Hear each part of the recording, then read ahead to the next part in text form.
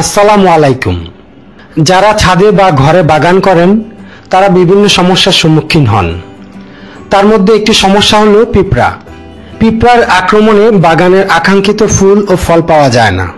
পিঁপড়া দূর করার খুব সহজ ও ঘরোয়া কিছু টিপস আজকে আপনাদের সাথে শেয়ার করব। ভিনেগার।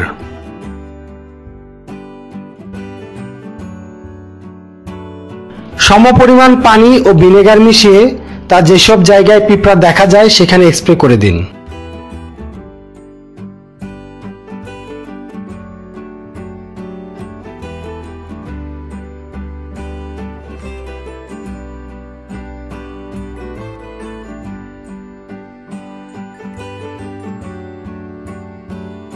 একদিন পরপর এই পদ্ধতি অনুসরণ করুন।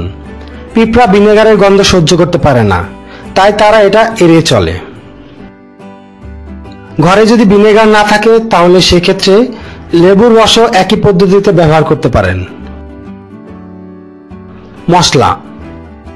দারুচিনি, লবঙ্গ ও গোলমরিচের গন্ধ পিঁপড়া সহ্য করতে পারে না, তাই পিঁপড়ার বাসা ও এর আশেপাশে এইসব মশলার গুঁড়া ছিটিয়ে দিন। দেখবেন ঝামেলা থেকে রেহাই পেয়ে যাচ্ছেন। লবণ।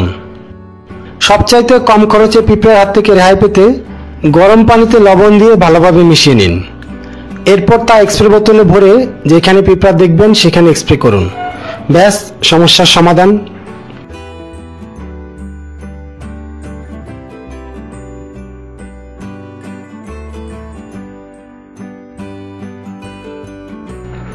সাবান।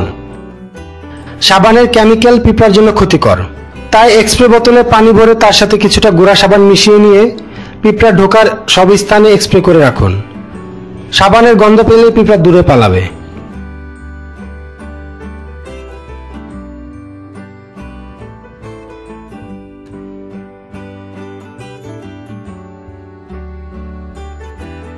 Homemade solution. এতক্ষণ যে পদ্ধতিগুলো দেখালাম সেগুলো প্রয়োগ করলে পিঁপড়া সরে যাবে, ফলে আপনি পিঁপড়ার হাত থেকে রক্ষা পাবেন। কিন্তু এখন যে পদ্ধতিটি দেখাবো এতে পিঁপড়া মারা যাবে। এই সলিউশনটি তৈরি করতে 1 চা চামচ কর্নফ্লাওয়ার ও 1 চা চামচ চিনির সাথে প্রয়োজন মতো পানি মিক্স করে একটি পেস্ট বানাতে হবে।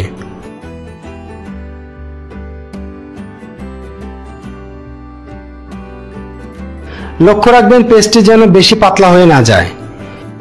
এবার পেস্টটা কাঠি বা চামচের আগায় নিয়ে পিঁপড়ার লাইন বরাবর মাখিয়ে দিন।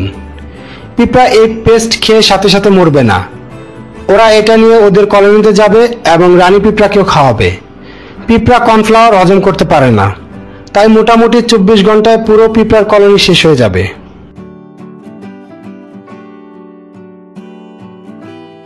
আপনি এই সলিউশনটি কর্নফ্লাওয়ারের বদলে বোরিক পাউডার দিয়ে তৈরি করতে পারেন। অ্যারোসল। এইসব পদ্ধতি যদি আপনার কাছে ঝামেলা মনে হয় এবং আপনি যদি চান সাথে সাথে সব পিঁপড়া মরে যাক, তাহলে পিঁপড়ার আসা যাওয়ার স্থানে অ্যারোসল স্প্রে করে দিন। এতক্ষণ যে পদ্ধতিগুলো দেখালাম সেগুলো কেবল পিঁপড়া দেখা গেলে প্রয়োগ করা যাবে। কিন্তু যদি এমন হয় আপনি বুঝতে পারছেন আপনার টবের মাটির ভিতরে পিঁপড়া আছে, তখন কি করবেন?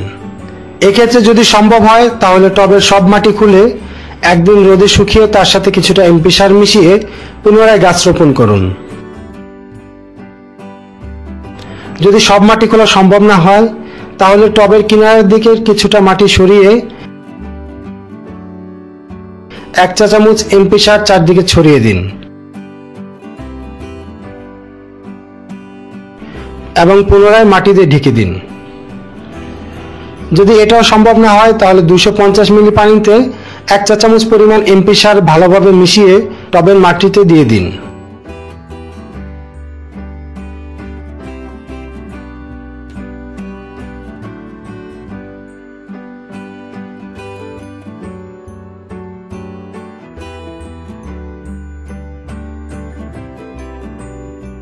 এইসব পদ্ধতি প্রয়োগ করে আপনার গাছ, টব ও ছাদকে পিঁপড়ার হাত থেকে নিরাপদ রাখুন।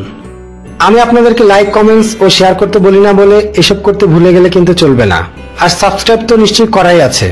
তাহলে পরবর্তী ভিডিওতে আবার দেখা হবে। সেই পর্যন্ত সবাই ভালো থাকবেন। ধন্যবাদ।